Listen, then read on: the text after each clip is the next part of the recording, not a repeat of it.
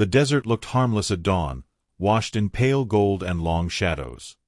Heat had not yet taken hold, and the air felt thin, almost gentle, as if the land itself were still asleep. She parked at the edge of the trail, cut the engine, and sat for a moment longer than necessary, hands resting on the steering wheel. This was supposed to be simple. A few hours alone. Space to think. Space to breathe. Her name did not matter yet. What mattered was why she had come. The last few months had been heavy, arguments left unresolved, a job that felt temporary in every sense, a quiet restlessness she could not explain to anyone without sounding ungrateful. The desert promised clarity. It always did in photos. Endless space had a way of shrinking problems, or so she hoped. She stepped out of the car, boots crunching on gravel, and slung a small pack over her shoulder. Inside were the basics: water bottles, a protein bar, sunscreen, her phone. She checked the screen. One bar of signal flickered, then steadied. Good enough, she told herself. She sent a quick message, heading out, talk later, then slipped the phone into her pocket. The trailhead sign was sun-bleached and scarred by wind. Distances were listed, warnings posted in block letters about heat and dehydration. She read them, nodded, and walked past anyway. The sky stretched wide and empty above her, a hard blue that made the earth feel exposed. With every step, the quiet deepened. No cars. No voices. Just the sound of her breathing and the soft scrape of boots against sand. As the sun climbed, warmth gathered quickly. It pressed against her skin, soaking through fabric, turning sweat cold where the breeze touched it. She adjusted her hat and kept moving, following the faint line of the trail as it wound between low shrubs and scattered rock. Time felt slow, elastic. Minutes stretched. Thoughts wandered. She stopped once to drink, tilting the bottle carefully, rationing without realizing she was doing it. A bird lifted suddenly from a bush nearby, wings beating sharp and loud in the stillness. Her heart jumped, then settled. She laughed at herself, the sound oddly small in the open space. Somewhere ahead, the trail forked.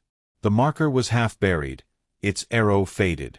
She hesitated, scanning the land, trying to match it to the map she had glanced at online the night before. The desert offered no guidance, only sameness. She chose a direction and kept walking, unaware of how quietly she was stepping out of the last certainty she had. Behind her, the road disappeared from sight. The heat rose, steady and patient, as the morning gave way to something heavier. And with each mile she took forward, the chance to turn back thinned, unnoticed, into silence. She did not see the clouds forming far off, or feel the subtle shift in wind that carried new sounds across the flats. By late morning, the sun burned white overhead, erasing shadows and direction alike. Her phone stayed in her pocket, untouched, battery quietly draining. Somewhere, hours away, someone would check the time and expect a call. Out here, the desert only listened, waiting, as her footsteps faded into its vast, indifferent calm. No warning came, only distance where certainty lived. Silence settled slowly, the kind that doesn't announce itself. It simply grows. By mid-afternoon, the desert heat pressed down hard enough to blur the horizon, and the road at the trailhead remained empty. No car returned. No dust cloud appeared. Somewhere miles away, a phone buzzed once, then went still. At first, the waiting felt ordinary. People ran late. Plans shifted. The person expecting her call checked the time, then checked again, irritation brushing aside concern. She liked solitude. She liked long walks. There was no reason to panic yet. Still, the quiet stretched, becoming uncomfortable, like a held breath that refused release. As evening approached, concern sharpened into something else. Messages went unanswered. Calls rang until they didn't. The desert swallowed sound, swallowed signal, swallowed reassurance. The idea that something might be wrong slipped into the mind reluctantly, unwelcome and heavy. No one wanted to be dramatic. Not yet. The sun dropped lower, turning the sky a dull orange, then red. Shadows lengthened across the trailhead parking area. Her car sat exactly where she had left it, locked, untouched. That detail changed everything. The silence was no longer neutral. It had weight. It accused. A ranger was notified, casually at first, the way people speak when they hope their worry is unnecessary. There was a pause on the other end of the call, a measured intake of breath. Questions followed. Name. What she was wearing. Where she planned to go. Each answer made the situation more real, more fragile. Paperwork began quietly. A log entry. A time stamp. Nothing dramatic, but irreversible all the same. The ranger noted the temperature, the forecast, the length of daylight already lost. Experience told him how fast situations like this could shift. He didn't say it out loud, but the desert rarely forgave mistakes. Another ranger joined him as darkness deepened, the two men exchanging few words. They scanned the horizon, knowing daylight would soon erase whatever clues still remained. Boots crunched softly as they walked the edge of the lot, flashlights cutting narrow paths through the dark. Everything looked untouched, too perfect, and that was what made it wrong. Night crept in fast. The desert cooled with cruel efficiency, heat draining away and leaving a sharp chill behind. The ranger drove out to the trailhead, headlights sweeping over scrub and stone. He stood beside her car, listening. Wind moved through dry brush, whispering in a language that meant nothing to humans. No footprints were obvious in the fading light. No sign of struggle. Just absence. Officially, it was too early to launch a full search. People got lost and found themselves all the time. Still, a quiet alert went out. Names were added to a board. Radios crackled softly. The land was vast, unforgiving, and already dark. Plans were made for morning, when light might return answers, if any remained. Miles away, she was still moving, though no one knew it. Or maybe she had stopped. Maybe she was resting, conserving energy, waiting for morning. The possibilities multiplied, each more unsettling than the last.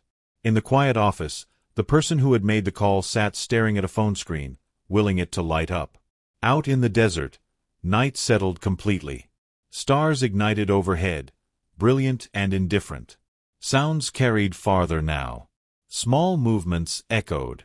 Somewhere, a distant howl rose, then another, thin and wavering against the dark. No one at the trailhead heard it. But the silence, heavy and unmistakable, had already begun to speak, preparing the ground for fear ahead tomorrow morning alone again, without mercy waiting there. Night did not arrive gently. It fell fast, as if the desert had been waiting for permission to turn cruel. The heat that once pressed against her skin vanished, replaced by a cold that slipped beneath clothing and settled into bone. She hugged her arms around herself and stood still, listening, trying to decide whether moving or resting would save more energy. Darkness erased distance. Every direction looked the same now. She had realized she was lost hours earlier, when the trail stopped behaving like a trail. The ground had flattened, footprints blending into hard-packed sand and stone. She told herself she would retrace her steps, then realized she no longer knew which way those steps had gone. Panic came in waves, sharp and breathless, followed by forced calm. Don't run. Don't waste water. Think. She sat beneath a low rock outcrop, knees pulled close, and took a careful sip from her bottle. The water was already warm, unpleasant, but precious. Her phone glowed briefly as she checked the screen. No signal. The battery icon looked thinner than it should have. She turned it off, hands shaking as the light disappeared. The dark rushed in immediately, thick and total. Sounds grew louder once her breathing slowed.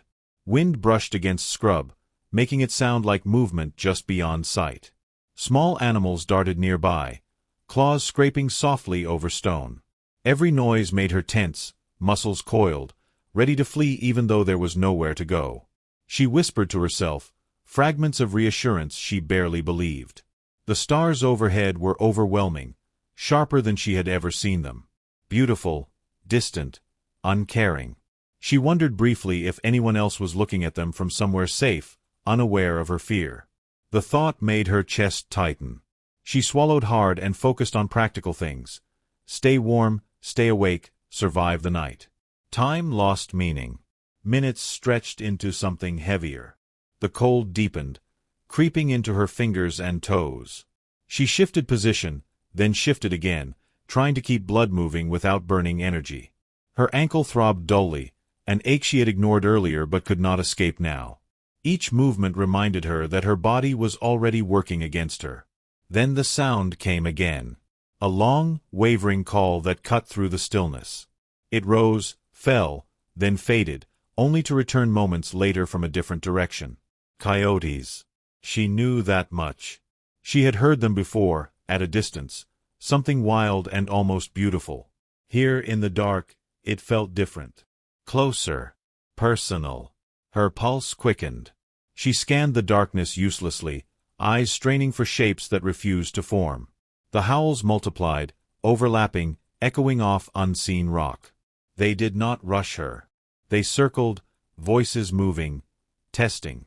She pressed herself closer to the stone, pulling her jacket tight, heart hammering loud enough she was sure it could be heard.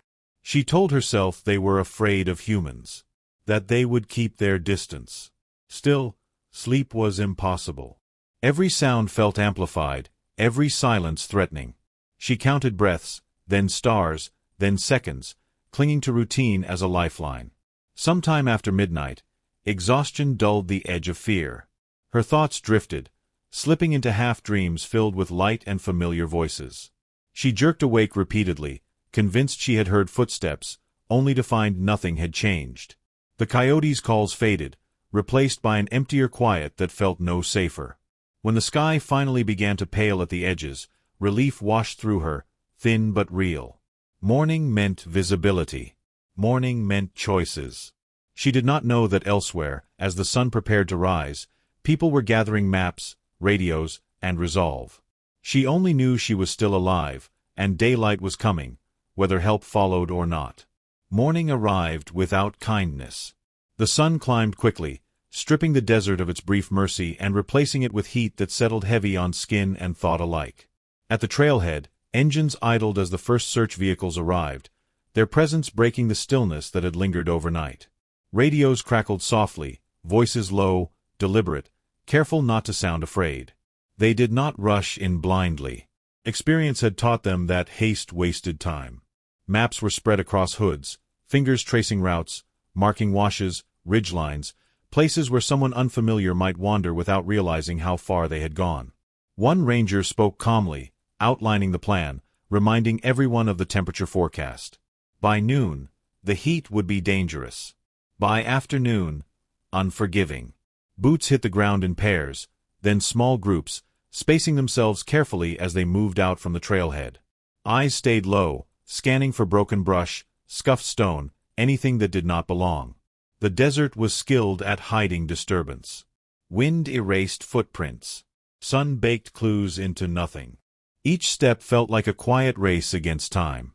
A helicopter circled overhead, slow and methodical, its shadow sliding across the land like a second searcher.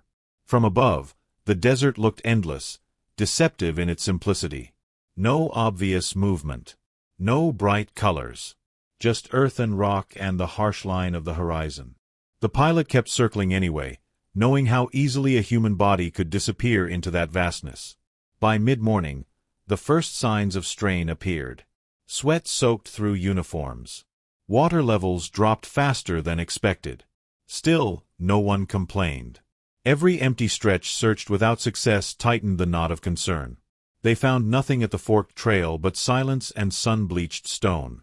No clear direction. No certainty. Short radio updates passed between teams. Negative findings. Clear ground. Moving on. The words sounded procedural, but each one chipped away at optimism. Someone mentioned the car still sitting untouched. Someone else noted how far she could have walked before realizing she was lost. No one said the worst possibilities aloud, but they hung there all the same. By early afternoon, the heat became oppressive. The ground shimmered, distorting distance, making familiar shapes look wrong. A team paused briefly in the thin shade of a rock outcrop, checking bearings, sharing water. One ranger pointed out a faint disturbance near a dry wash, but it led nowhere. Another dead end. Another quiet frustration. Despite training, doubt crept in. Had they misjudged her route? Had she turned back? or pushed farther, chasing shade that did not exist? The desert offered no answers, only more questions. Still, the search widened, expanding outward in careful arcs, each team covering ground that looked identical to the last. As the sun tilted west, radios grew quieter. Fatigue dulled voices. The decision came reluctantly but necessarily. They would pull back before darkness made the land even more dangerous.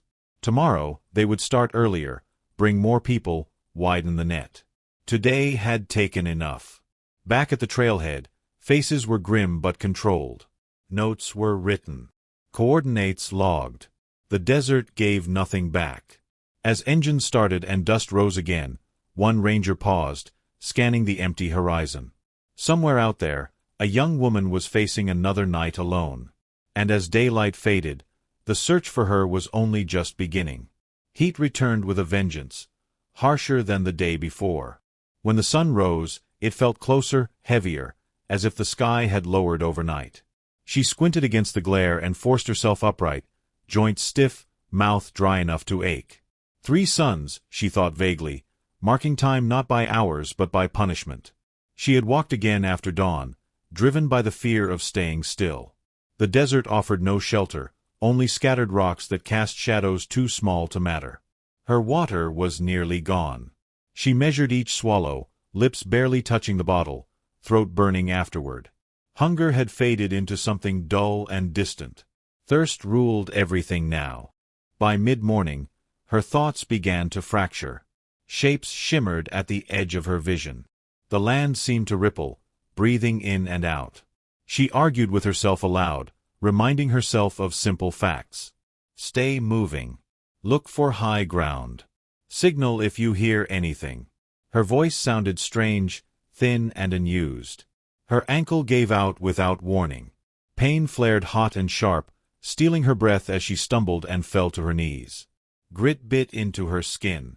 For a moment, she stayed there, forehead nearly touching the ground, fighting the urge to lie down and let the heat take her.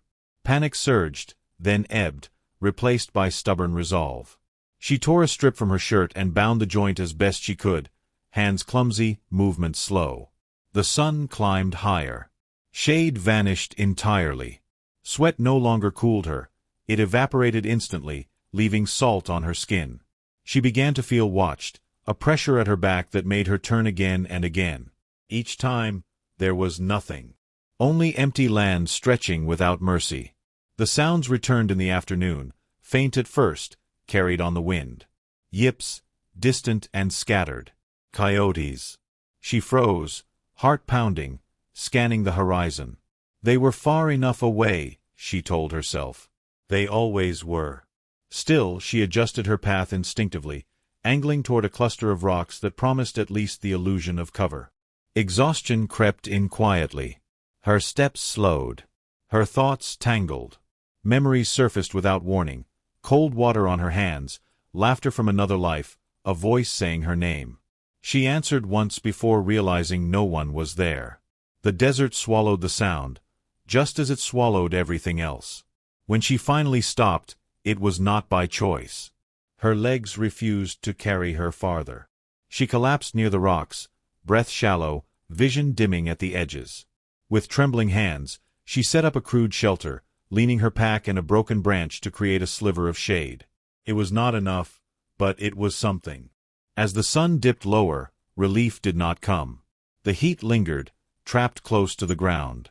She lay curled on her side, conserving energy, listening to her own pulse roar in her ears. Water was gone now. Completely. When the light began to fade, fear returned sharper than before. Night meant cold, and cold meant weakness. She knew she could not walk again tomorrow without rest. She whispered promises to herself, bargaining with whatever might be listening. Somewhere nearby, coyotes gathered, unseen, their presence growing as the desert prepared to claim another night. It was there, in that fragile pocket of shade, that she understood how thin survival truly was. Every decision now carried weight, every mistake amplified. She pressed her face into her sleeve, breathing slowly, counting heartbeats to stay awake. The desert cooled inch by inch, but relief never reached her bones. In the distance, movement flickered, then vanished. She could not tell if it was real or imagined. As darkness thickened, the coyotes' calls returned, closer, more confident, weaving through the rocks around her. They did not rush. They waited. She tightened her grip on her pack, eyes fixed on the dark, knowing this night would demand more than endurance. It would demand something deeper, something she was not sure she still possessed. Above her, stars emerged again, cold and distant, while somewhere beyond the rocks, unseen eyes watched, and the desert held its breath, preparing her for another test before dawn, without mercy or warning. Dawn broke thin and pale, the desert washed in exhausted light. The heat had not yet returned, but it lingered close, waiting. Search teams moved out earlier than the day before, boots crunching softly, breath measured. Fatigue showed in shoulders and faces, though no one said it aloud. Another night had passed. Another margin lost. They widened the search, pushing into terrain most hikers avoided. Dry washes twisted unpredictably, their sandy floors deceptive and hard to read. Tracks appeared and vanished without warning, erased by wind or broken by stone. Every sign was examined, debated, dismissed or logged. Human logic struggled here. The desert did not care for it.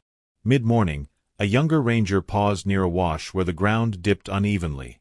He crouched, brushing sand aside with gloved fingers. The prints were small, light, and unmistakably animal. Coyotes. Several of them. They crossed the wash, doubled back, circled. At first glance, it meant nothing. Animals moved constantly. Still, he stared longer than necessary. "These weren't here yesterday," he said finally. Another ranger joined him, scanning the area. The tracks overlapped in places, fresh enough to hold shape. They formed loose arcs rather than straight lines, patterns that suggested lingering, not passing through. The older ranger frowned, uneasy. Coyotes usually avoided human activity. Here, they seemed drawn toward something. They radioed it incautiously, expecting dismissal. Instead, silence followed, then a pause heavy with consideration. Higher up, someone asked for coordinates. Another voice asked how many tracks. The question lingered longer than it should have. A decision formed quietly. They would follow the wash farther than planned. Not because the tracks promised answers, but because ignoring them felt wrong. The desert demanded attention in strange ways, and experience had taught them to listen. As they moved, the ground changed subtly. Broken brush appeared, then flattened grass that did not belong. The signs were faint, almost apologetic, but they pointed forward. Coyotes' tracks threaded through it all, weaving between stones, reappearing where human prints failed. It was unsettling, as if the animals were reading a map invisible to people. Heat climbed fast.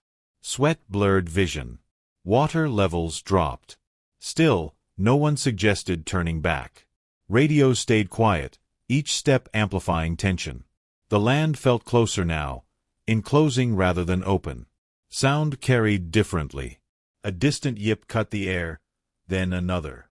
Not alarmed. Curious. Far ahead, hidden among rocks, she lay still, breath shallow, unaware of how close they were or how they had found her trail at all. The coyotes had come in the night, drawn by scent and stillness. They had circled, tested, waited. Not attacking. Observing. Leaving their marks behind. The rangers did not know this.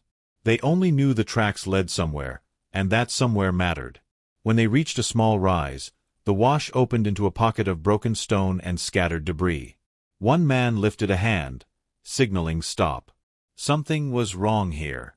Or right. They approached slowly, senses sharp. A scrap of fabric caught on a thorn. A scuffed patch of ground. The air felt heavy, charged. Radios remained silent as they moved closer, hearts pounding. Whatever lay ahead would change the search entirely. Behind them, the desert stretched empty and bright. Ahead, the coyotes' tracks converged, leading toward a place the sun had not yet burned away. And as they followed, step by careful step, the realization settled in. The animals had been watching something humans had missed, and now it was time to see what they had been guarding all along. The day slipped away from her without ceremony. Light thinned, colors dulled, and the heat that had ruled her body loosened its grip just enough to remind her what weakness felt like. She lay where she had fallen, pressed against rock and dirt, too drained to adjust her shelter as shadows stretched and swallowed what little protection it offered. The searchers were closer now, though she did not know it. To her, the desert still felt endless. Cold returned quickly. It crawled over her skin, settling into muscles already trembling from exhaustion. She pulled her jacket tighter, teeth chattering, every movement sending a spike of pain through her ankle. Hunger no longer registered. Thirst had become a constant ache, a hollow burn she could not escape. Her mouth felt thick, useless, each breath dry and shallow. As darkness gathered, sounds sharpened. The wind shifted, carrying smells and distant movement. Pebbles clicked softly somewhere beyond her shelter. She froze, listening. The silence broke with a low yip, then another, closer this time. Coyotes. She had expected them, yet the knowledge did nothing to slow her racing heart. They did not rush her. That was the worst part. Their calls moved around her position, circling, testing the space. She could sense them without seeing them, eyes catching faint movement just beyond the reach of starlight. She whispered, barely audible, telling herself to stay still, to appear larger, stronger than she felt. Her voice cracked and fell away uselessly. Time fractured. Fear stretched minutes into something unrecognizable. She drifted in and out of awareness, startled awake by every sound, every imagined step. At one point she shouted, a hoarse, broken sound meant to scare them off. The desert swallowed it instantly. The coyotes fell silent, then resumed their pacing, closer now, curious rather than afraid. Her thoughts unraveled. She bargained silently, promising things she did not fully understand, pleading with memories of people far away. Faces surfaced and vanished. She cried without tears, body too dry to produce them. The night pressed in, heavy and intimate, leaving her nowhere to hide from herself. At some point, exhaustion won. Her eyes closed despite her fear, consciousness slipping into shallow fragments. She dreamed of water, of shade, of hands lifting her up. Each time she stirred, the sounds were still there. Breathing, movement, waiting. The coyotes did not attack. Instead, they lingered, drawn by scent and stillness. They circled her broken shelter, stepping close enough that she could hear claws on stone. One stopped near her feet. She felt it more than saw it, a presence sharp and alert. She did not move. Could not. After a long moment, it stepped away. The hours dragged. Cold deepened. Her body shook uncontrollably now, muscles locking and releasing without permission. She pressed her forehead to the ground, focusing on the rhythm of breath, on staying alive until light returned. That was all that mattered. Morning. Just reach morning. Slowly, almost imperceptibly, the night began to loosen its hold. The stars shifted. Darkness thinned at the edges. The coyotes' calls faded, retreating with the shadows. When dawn finally crept across the rocks, she was still there, barely conscious, heart still beating. She did not know that the animals' movements in the night had left signs behind. Tracks, patterns. A silent map pointing directly to her. As the desert woke again, she lay motionless, unaware that the second night she had survived would soon become the reason she might not face a third. Morning revealed what night had hidden. Light spilled over stone and scrub, exposing a landscape that looked untouched, innocent even. Search teams moved carefully now, guided by instinct more than optimism. They returned to the wash where the tracks had first raised questions, eyes sharper, patience thinner. Something about this place refused to let go. The coyotes' prints were clearer in daylight. Pairs of them ran parallel, then split, then circled back, converging again farther on. It was not random movement. It felt intentional, almost cautious. One ranger knelt, tracing the pattern with his eyes. They stayed close, he murmured. Whatever this is, they didn't leave it. Radios crackled as the decision was made.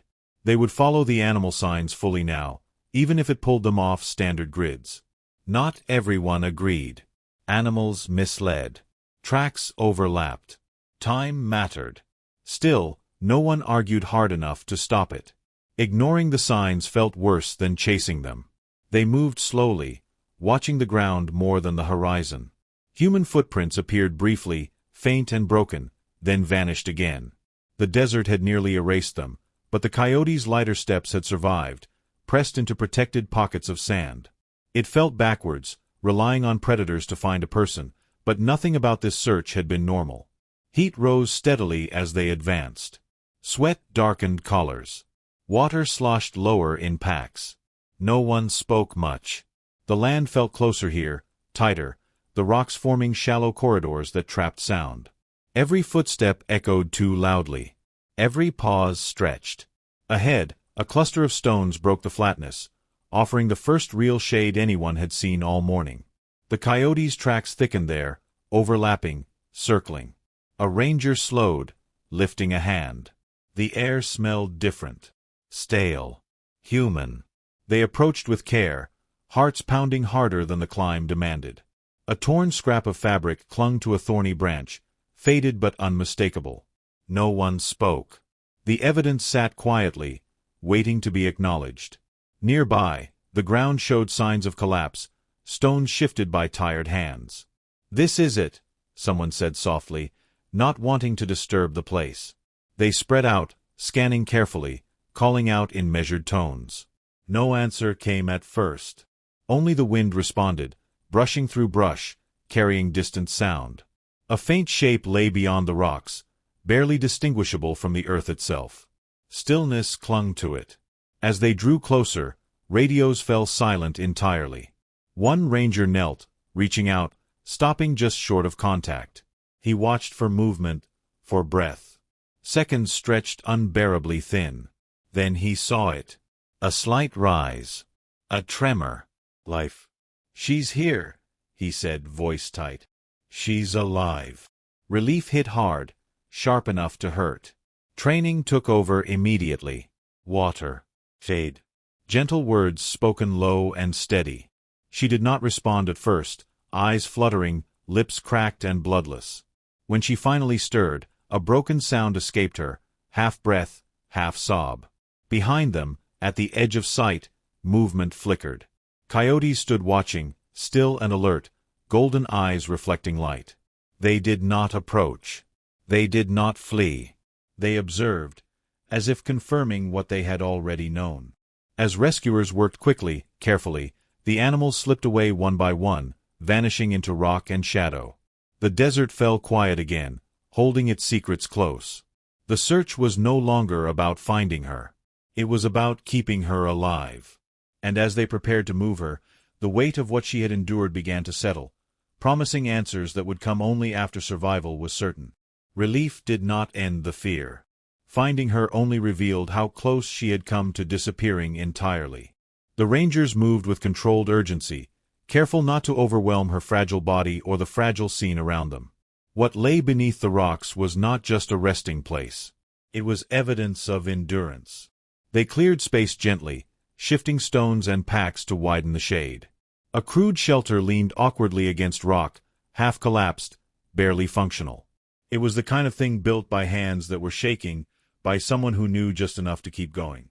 Her backpack lay open nearby, contents scattered as if searched in desperation. An empty water bottle rolled when touched, light as a warning. The ground told a story. Drag marks where she had pulled herself closer to shade. Shallow impressions where she had shifted through the night. Coyote tracks layered over everything, circling but never crossing into the small center where she lay. One ranger noted it silently, disturbed by the precision of it. They spoke to her softly, repeating her name once they had confirmed it, anchoring her to the present. Her eyelids fluttered, lips moving without sound. When water touched her mouth, she coughed weakly, then swallowed, clinging to it like proof of reality. Someone shielded her face as the sun climbed higher, relentless even now. More evidence surfaced as they looked closer. A torn strip of fabric tied around her ankle, stiff with dried blood and sweat. Skin blistered and cracked. Hands scraped raw. She had kept moving long after her body had asked her to stop. The desert had taken everything it could and waited for more. The camp itself was heartbreakingly small. No fire. No signal markers. Just survival narrowed to inches of shade and willpower. It explained why the coyotes had stayed. She had not been prey. She had been a presence, alive, breathing, holding space in a land that usually erased such things quickly. Radios came alive again, voices controlled but urgent. Coordinates were shared. A medical evacuation was requested. Time shifted suddenly, compressing. What had been a search became a race to stabilize, to move her without causing more harm. Each action carried weight. As they prepared her for transport, one ranger stepped back, taking in the scene one last time. The broken camp would disappear soon, erased by wind and heat, its meaning lost to anyone who arrived too late. But for now, it stood as proof. She had survived 3 nights where survival was never promised.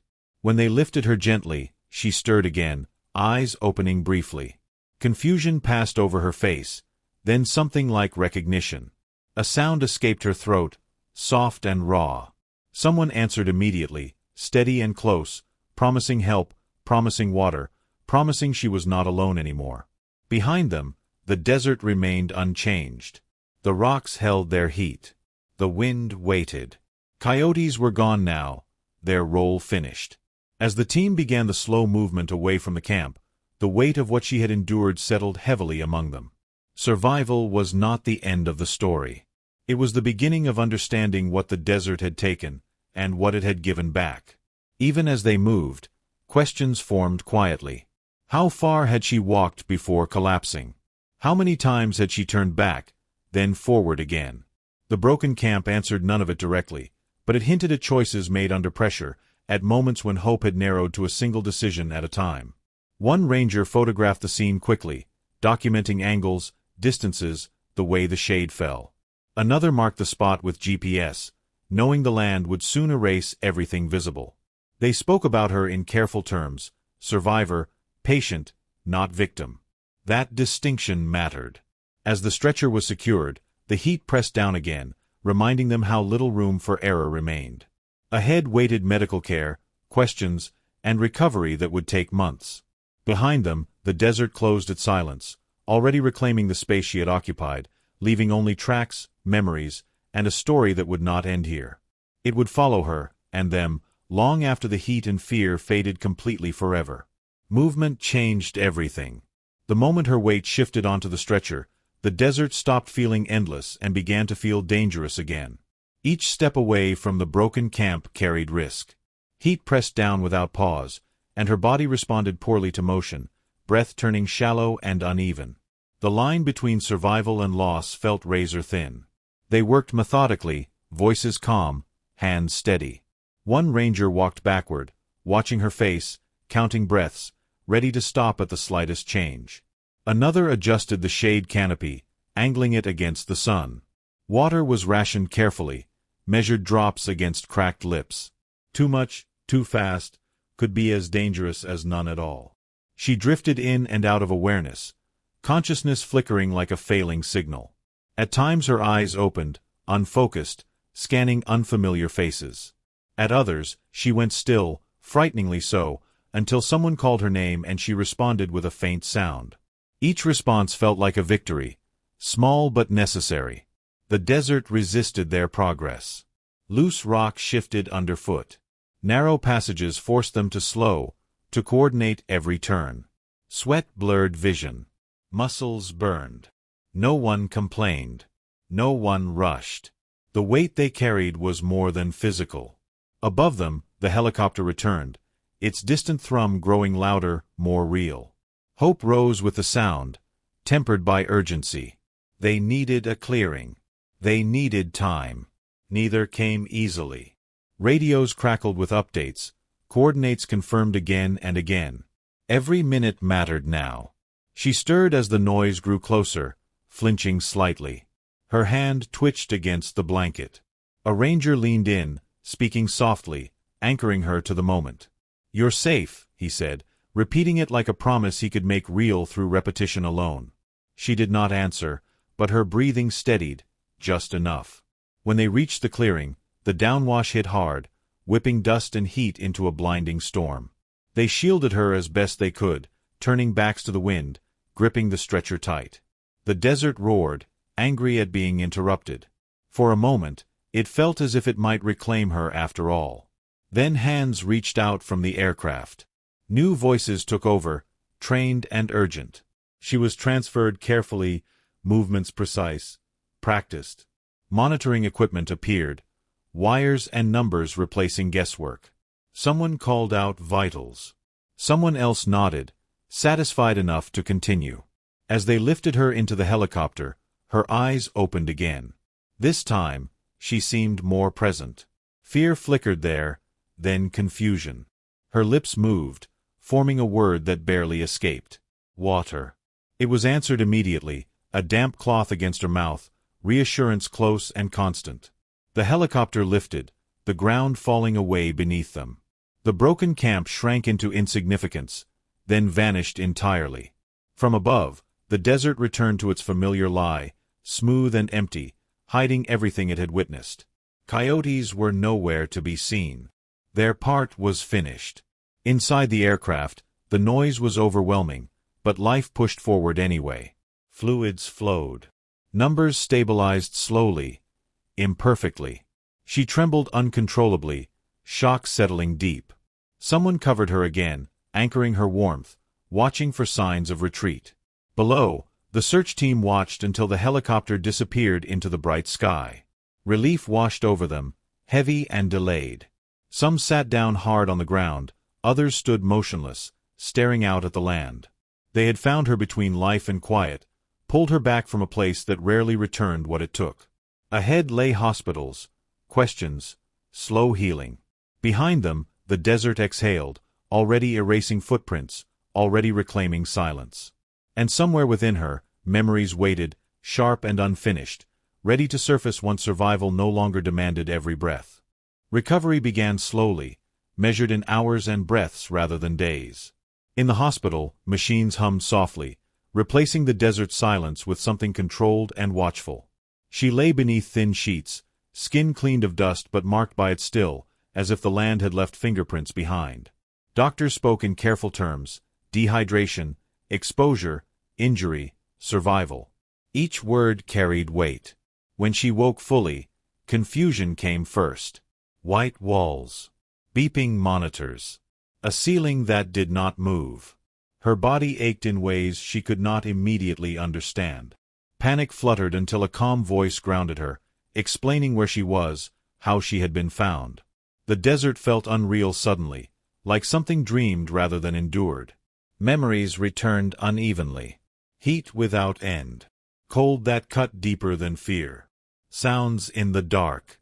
She flinched at certain noises, heart racing, before realizing she was safe.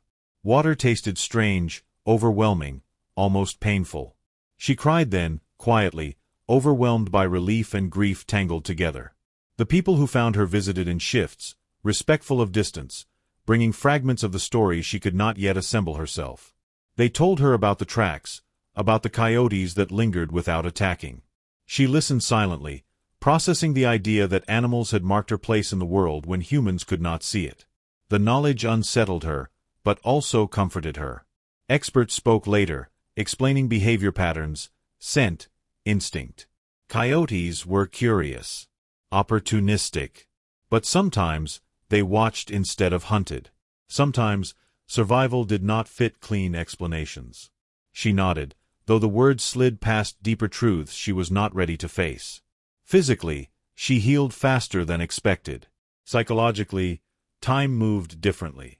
Nights were hardest. Darkness still felt crowded. She slept with lights on, listening to the steady reassurance of machines, reminding herself she was not alone. The desert returned in dreams, endless and quiet, but she always woke before it could take her again. News spread beyond the hospital walls. A missing person found alive. A rare outcome. People spoke of luck, resilience, miracle. Few mentioned the cost. Fewer still understood how thin the line had been. She did not correct them. Some things were easier left unsaid. When she was finally discharged, the world felt louder, closer, overwhelming. Sunlight no longer felt harmless. She carried water everywhere, touched solid walls often, grounding herself in certainty. The desert still existed somewhere beyond the horizon, unchanged and indifferent. She returned once, months later, not to the exact place, but close enough to feel its presence. From a distance, it looked peaceful, almost beautiful. She did not step far in. She did not need to. What it had taken stayed with her. What it had given back mattered more. Survival had not been a victory over the land. It had been an uneasy agreement. The desert had tested her, stripped her down, then allowed her to leave. And in doing so, it left her with something permanent: respect, caution, and a quiet understanding that some places do not forgive, but sometimes they choose to let go.